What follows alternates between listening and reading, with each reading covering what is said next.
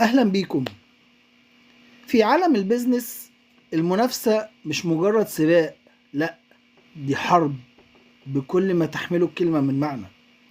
النهاردة هنفتح مع بعض ملف اسمه استراتيجيات حرب التسويق، ونشوف ايه الأسرار اللي بتخلي شركات تكسب وشركات تانية تختفي. والسؤال اللي قدامنا ده هو بالظبط جوهر الموضوع كله: هل السوق فعلا ساحة معركة؟ النهاردة هنكتشف ان الاجابة هي وبقوة. وهنعيد تعريف السوق: مش مكان للبيع والشراء، لكن ارض معركة حقيقية. طيب، الخريطة بتاعتنا النهاردة هتمشي ازاي؟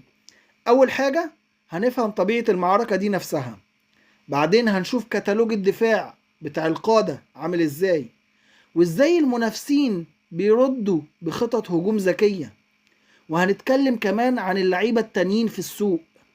وفي الآخر خالص هنختم بالعقلية الاستراتيجية اللي بتفرق بين النصر والهزيمة. يلا بينا ندخل في أول نقطة: السوق ساحة معركة حقيقية. خد بالك إن أغلب الشركات، لو مش كلها، عايشة في حالة صراع مستمرة عشان تاخد حتة أكبر من الكعكة، أو اللي بنسميها الحصة السوقية. طيب، ايه طبيعة المعركة دي بالظبط؟ في الأغلب هي حاجة اسمها منافسة احتكارية. يعني ايه الكلام ده؟ ببساطة يعني في لاعبين كتير قوي بيبيعوا منتجات شبه بعض، بس مش زي بعض بالظبط. فكر فيها كده: سوق الموبايلات، المطاعم، كلهم في نفس الدايرة دي، والنتيجة صراع أبدي عشان كل واحد فيهم يلاقي ميزة تنافسية يخطف بيها العميل من التاني. والحاجة اللي بتأكد الفكرة دي بقوة وبصراحة هي اللغة نفسها، مفردات اللغة. لغة البيزنس أساسا متاخدة تقريبا من القاموس العسكري.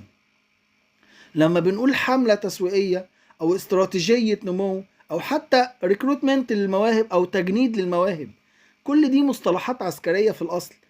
وده بيورينا قد إيه فكرة الحرب متأصلة في عقلية البيزنس. طيب، فهمنا طبيعة الأرض اللي بنتحارب عليها؟ دلوقتي بقى خلينا نتكلم عن أهم لاعب في المعركة دي كلها: القائد.